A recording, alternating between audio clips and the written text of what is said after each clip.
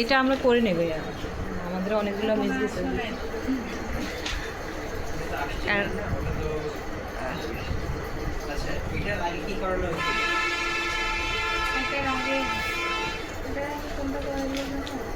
এটা আগে কি ডেটা থেকে কি ডেটা বাইরে করে ফর্মুলাগুলো শিখবো, পাশে কিন্তু আমি নামগুলো লিখে রাখছি, যে আমরা যে যে ফর্মুলা কাজ শিখবো সেই ফর্মুলার নামগুলো এখানে উল্লেখ করে দেওয়া আছে, যে upper, lower, proper, left, right, mid, trim, length, replace, concatenate, আর এখানে তারিখ দেওয়া টেক্সট।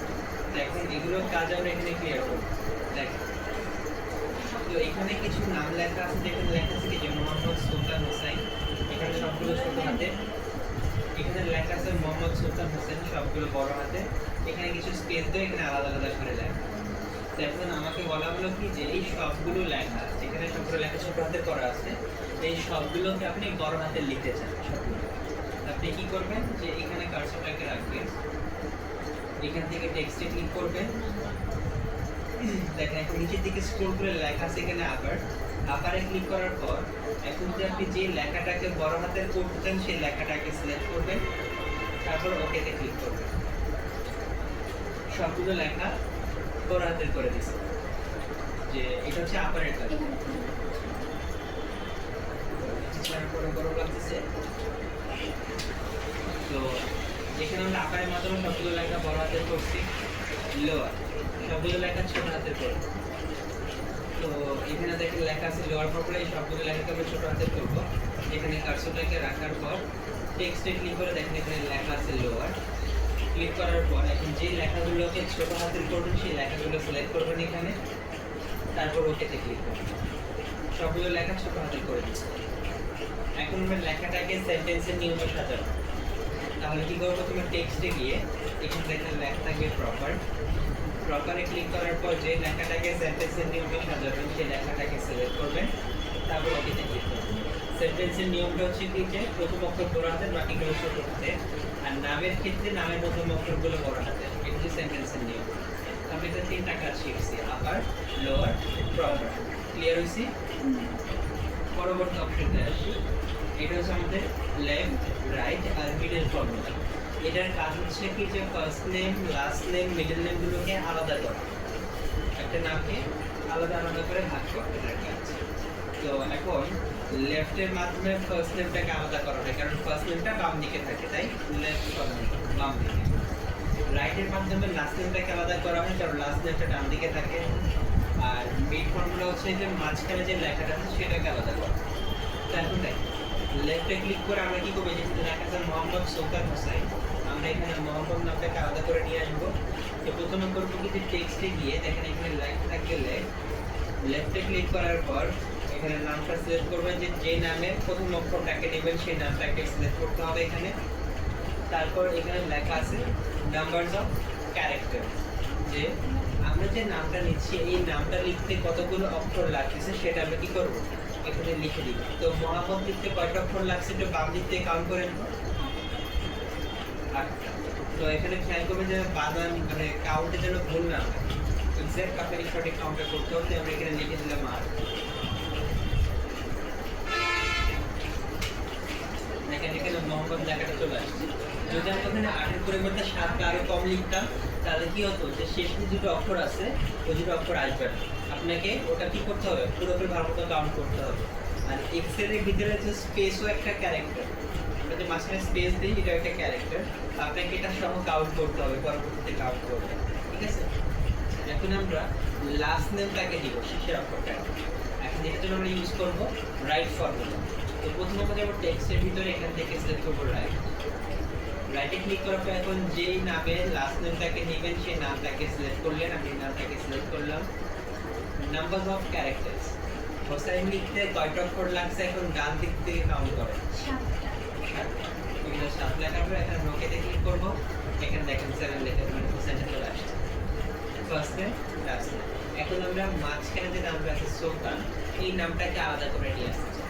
এটার জন্য আমরা ইউজ করবো মিড ফর্মুলা। এখানে আমরা কার্সরটাকে রাখবো, টেক্সটে যাবো, এখানে লেখা আছে মিড। মিডে ক্লিক করার পর এখন যেই নামের মাঝখানের অক্ষরটাকে নেবেন সেই নামটাকে সিলেক্ট করবেন টেক্সটের ভিতরে। তারপরে স্টার্ট নাম্বার। তো এখানে সুলতানের এস, এই যে এসটা সেটা কত নাম্বার থেকে শুরু হচ্ছে এটা কাউন্ট করেন তো। 10 9 নাম্বার ছিল। তো স্পেসটা ধরতে হবে স্পেস ধরতে হবে, মোহাম্মদ আখের একটা মাঝখানে একটা স্পেস 9, সুলতানের এস 10, এখানে আমরা 10 লিখি। নাম্বারস অফ ক্যারেক্টার, সুলতানিতে কয়টা অক্ষর লাগছে এখন কাউন্ট করেন তো। 6টা 6টা লিখুন। এখন ওকেতে ক্লিক করে দেখেন এখানে সুলতান নামটা চলে আসছে। আমরা কি বুঝতে পারছি লেফট রাইট এর মিডল কাজটা, যে ফার্স্ট নেম লাস্ট নেম আর মিডল নেম গুলোকে আলাদা করে।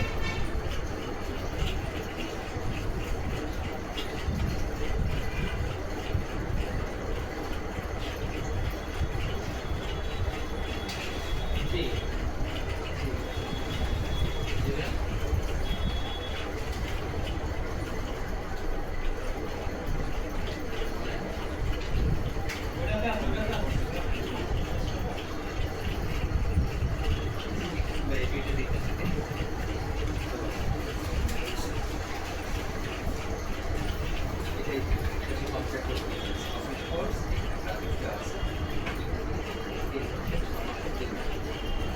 আচ্ছা, আমরা পরবর্তী অপশনটা আসি। ট্রিমের কাজ হচ্ছে কি যে আপনার লেখার মাঝখানে যদি বাড়তি গ্যাপ থাকে, যেমন এখানে কিন্তু লেখার মাঝখানে অতিরিক্ত গ্যাপ, যেটা আমার কি দরকার আছে, দরকার নেই। তো ট্রিমের কাজ হচ্ছে যে সে বাড়তি যে স্পেসটা আছে ওটা বাদ দিয়ে যতটুকু দরকার অতটুকু সে কি করবে এখানে লিখে দিবে। এটা হচ্ছে ট্রিমের কাজ। দেখেন প্রথমে যাবেন টেক্সটের ভিতরে, এখান থেকে আপনি ট্রিমে ক্লিক করবেন, তারপর আমার নামটাকে সিলেক্ট করে এখানে ওকেতে ক্লিক করবেন। দেখেন এখানে যতটুকু স্পেস দরকার অতটুকু সে রাখছে, যতটুকু দরকার সে কি করছে রেখে দিচ্ছে। ঠিক আছে, লেন যে এই যে আমি পুরো নামটা লিখলাম মোহাম্মদ সুলতান হোসেন, এই পুরো নামটা লিখতে কয়টা অক্ষর লাগছে এটা আপনি কাউন্ট করতে চান। তো এখন আমি এখানে লেন ফর্মুলা দিয়ে ইউজ করবো, কারণ কি বুকে কাউন্ট করতে গেলে মাঝে মধ্যে একটু এলোমেলো হয়ে যায় বা কাউন্টে ভুল হয়। তো এখন সে কি করবে আপনাকে স্পেস সহ কাউন্ট করে দেবে। আপনি যাবেন টেক্সটের ভিতরে, এখানে লেখা আছে লেন, ক্লিক করার পর এখন যে নামটাকে কাউন্ট করবেন সেই নামটাকে সিলেক্ট করলেন, তারপর এখান থেকে ওকেতে ক্লিক করবেন। এখানে পুরো নামটা লিখে দিলাম যে টোটাল 23টা অক্ষর লাগছে স্পেস সহ। রিপ্লেস পরিবর্তন করে, এটা খুবই ইম্পর্টেন্ট।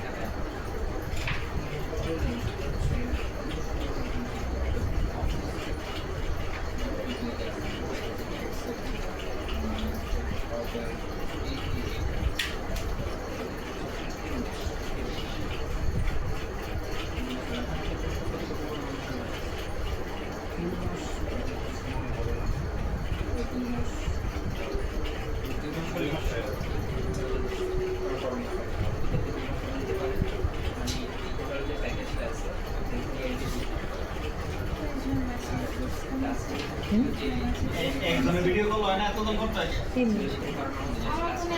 6 মাস থেকে দিতে হবে গ্রাফিক্স, তারপর হচ্ছে মার্কেটিং, ওগুলো হচ্ছে 6 মাস। কোনটা?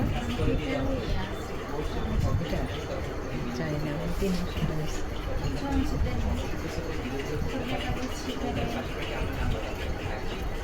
পরিবর্তন করা, যে আমি এখানে একটা নাম লিখছি মোহাম্মদ সুলতান হোসেন, এখন এখানে নামটা একটু হালকা পরিবর্তন করবো, যে হোসেনের পরিবর্তে এখানে হবে খান বা আহমেদ হবে। আমরা কি করবো এখানে সুলের পরিবর্তে এখানে খান লিখবো। তো প্রথমে আমরা যাবো টেক্সটের ভিতরে, এখানে দেখে লেখা আছে রিপ্লেস, ক্লিক করার পর ওল্ড টেক্সট যেটাকে আপনি পরিবর্তন করবেন। তো আমরা কি করবো এখানে ওল্ড টেক্সটটাকে নিলাম। স্টার্ট নাম্বার আমরা কি পরিবর্তন করবো হোসাইন, তো হোসাইনের এজ কত নাম্বার থেকে শুরু হচ্ছে একটু কাউন্ট করে তো। 17 17, এখানে আমরা 17 লিখব।